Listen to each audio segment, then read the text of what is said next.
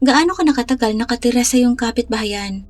Marami sa atin ang nananatili sa isang lugar ng matagal na sapat na para talagang makilala ang isa't isa. Pero naranasan mo na bang magkaroon ng kapitbahay na hindi lumalabas o nakikihalo-pilo? Anong maiisip mo kung isang araw nalaman mo na lang na biglang sumakabilang buhay ang kanilang buong pamilya nang walang anumang maliwanag na dahilan?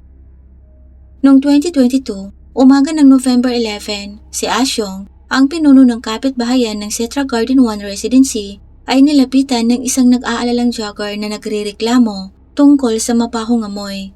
Nabanggit nitong sa tuwing madadaanan niya ang isang bahay, may kakaiba siyang naaamoy. Naghinala si Asyong, lalo na't narinig niya rin kamakailan ang parehong reklamo ng isang electrician na namumutol ng kuryente para sa maintenance. Nabanggit din ng iba ang nasabing amoy.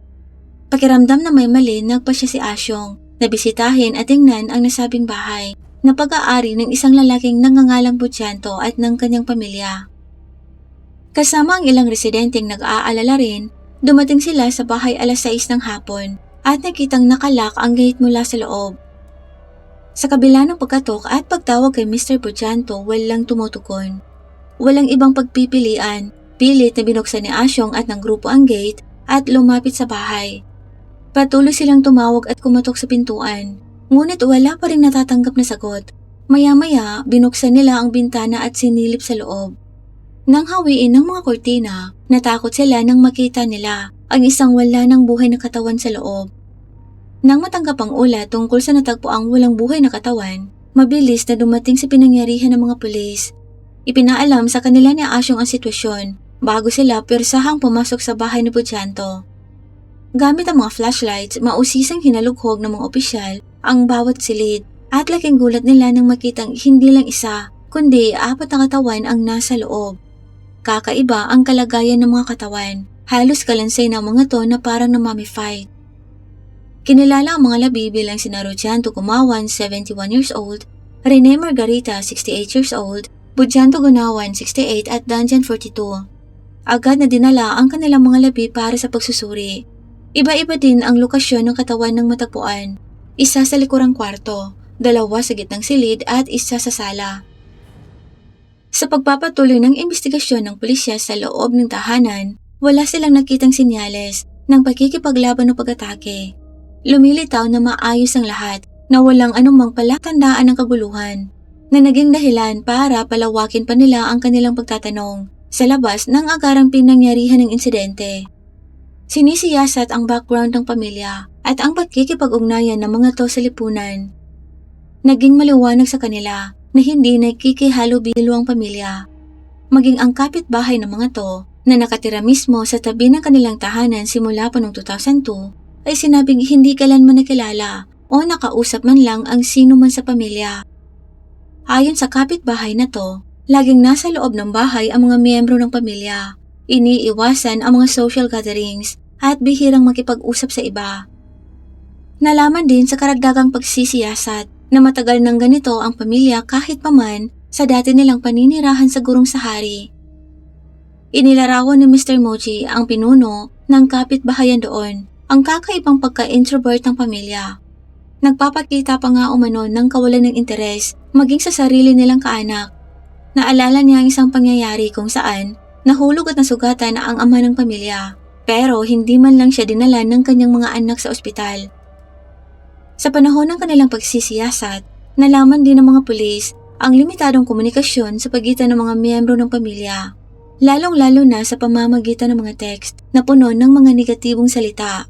Ang eksaktong nilalaman ng mga mensaheng ito at ang mga recipients ay hindi isinapubliko. Kalaunan ay ibinigay ang cellphone sa forensic psychology para sa mas malalim na pagsusuri. Ang pinakamahalagang natagpuan sa cellphone ay ang pagkabigo ni Butyanto na maibenta ang bahay. Nakaragdag ang mahalagang piraso ng impormasyong ito sa layer ng mahiwagang pangyayari na nakapalibot sa pagkalagot ng hininga ng buong pamilya. May 13, 2022, isa tong karaniwang araw sa distrito ng Caliteres para sa karamihan. Pero hindi para sa 3 empleyado ng kooperasyon ng buwis. Ibinahagi ng isang empleyado na naglalayang isang Lani Butyanto ang sertipiko ng bahay sa ngalan ng may-ari na si Margarita. Bigo kasi silang maibenta ito sa pamamagitan ng broker sa halagang 1.2 billion rupias o mahigit 4.3 million pesos. Sinabi nila sa broker na hawakan na lang muna nito ang sertipiko dahil wala pang bumibili.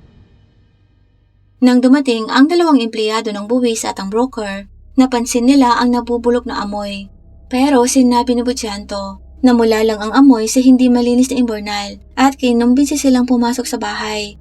Kailangan kasi nilang makilala ang may-ari ng bahay na si Margarita dahil sa kanya nakapangalan ng sertipiko nito. Sinabi ni Butyanto at ng kanyang anak na si Jan na natutulog sa kanyang silid si Margarita at pinasama ang isang empleyado para tingnan ito sa loob ng kwarto.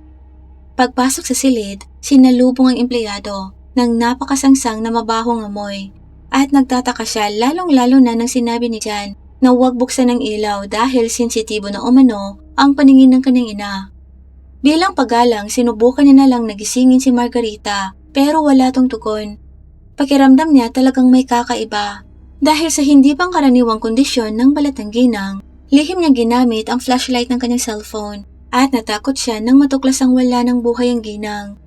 Nataranta siya at agad na inalerto si Dian. Pero nagulat siya nang iginiit ni Dian na buhay pa ang kanyang ina. Sinabing araw-araw niya pa nga umano itong inaalagaan. Pero nang makita ang pagkalagas ng buhok ni Margarita, nang suklayin to ni Dian na kumpirma ng empleyadong ito ang malagim na katotohanan. Talagang wala na si Margarita. Sa pagmamadali, sinabi niya sa kanyang mga kasamahan na umalis na sila kaagad at huwag nang ipagpatuloy ang proseso ng pagsangla sa bahay. Nang mapagtanto ni Butyanto na alam na nila ang totoo, nakiusap ito sa kanila na huwag nang sabihin ang kanilang nalaman sa sinuman, maging sa mga pulis. Sa takot para sa kanilang kaligtasan, nagpasya ang mga empleyadong ito na itago ang insidente sa kanilang sarili. Kakaiba, hindi po ba? Nakakuha ng malaking atensyon ang investigasyon sa mahiwagang kasong ito ng pamilya dahil sa hindi pang karaniwang pangyayari sa paligid nito. Mabilis na umusad ang kaso na nagsimula noong November 11 nang matagpuan ng mga katawan at nagtapos noong December 9. Nagsagawa ng press conference ang Polda Metro Jaya Police upang ipahayag ang huling resulta ng kanilang investigasyon. Nilinaw nila na ang pagkakalagot ng buhay ni Butyanto ay dahil sa gastrointestinal disease. Si Margarita ay sumakabilang buhay dahil sa cancer sa suso. Ang asawa naman nitong si Butyanto ay dahil sa matinding atake sa puso, habang ang anak naman nilang si Tian ay nawalan ng buhay dahil sa pagkakaroon ng respiratory disorder na sinabayan ng matitinding respiratory issues. Lubos na iniba ng konklusyong ito ang pauna nilang pahayag na nagmumungkahing binawian ng buhay ang lahat ng miyembro ng pamilya dahil sa gutom. Sa kabila ng official findings, patuloy pa ring umikot ang haka-haka ng publiko na nag-udyok sa karagdagang pag-analisa. Nagsagawa ng karagdagang pagsusuri sa mga katawan ng pulisya upang matugunan ang mga haka-haka na to ng publiko at kinumpirma na walang mga pagkakamali sa kanilang mga initial findings. Pero nagdulot ito ng pagdududa ng publiko tungkol sa mga motibo sa likod ng mabilis na pagsasara ng pulisya sa kaso. Nagtataka sila kung may pagtatangka upang mabilis na tapusin ang investigasyon. Ang isang nakakaintrigang teorya na lumitaw at nagpapatuloy pa rin ay nagmula kay Adrianos, isang criminologist sa University of Indonesia. Nagpahayag siya ng pag-aalinlangan tungkol sa salaysay ng pagkagutom. Sa halip ay minumungkahi na ang pamilya ay maaaring sadyang ginutom ang kanilang sarili. Ang teoryang ito ay nauugnay sa mga kasanayan sa Jainism, isang relihiyong Indian na nagtataguyod ng walang karahasan at umiiwas sa pinsala sa sinumang nabubuhay na nilalang upang maiwasan ang karmic na pagkakautang. Naniniwala ang mga tagasunod nito na ang pananakit sa iba ay maaaring magresulta sa pagkaka-reincarnate sa mas mababang anyo ng buhay. Nagsasanay din sila ng salikana, isang anyo ng espiritual na pag-aayuno na kinasasangkutan ng voluntaryong pagkagutom upang mabawasan ang karmic na pagkakautang at makamit ang isang mas mataas na estado ng pagkaka-reincarnate sa susunod na buhay. Nagtaas naman ito ng mga katanungan tungkol sa kung ang gayong paniniwala ba ang nakaimpluwensya sa kalunos-lunos na pagkaubos ng pamilya.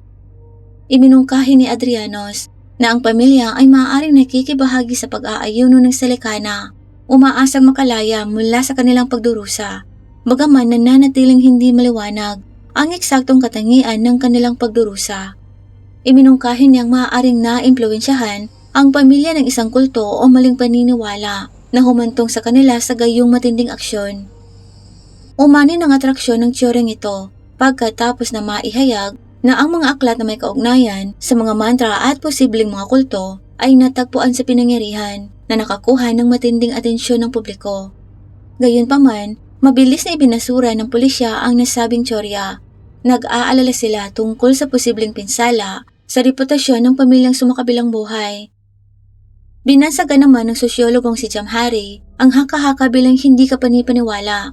Nilinaw sa pulisya na ang mga librong natagpuan sa pinangyarihan ay karaniwan at karaniwang mabibili sa mga tindahan ng aklat at hindi nauugnay sa anumang partikular na relihiyon o mistikal na gawain.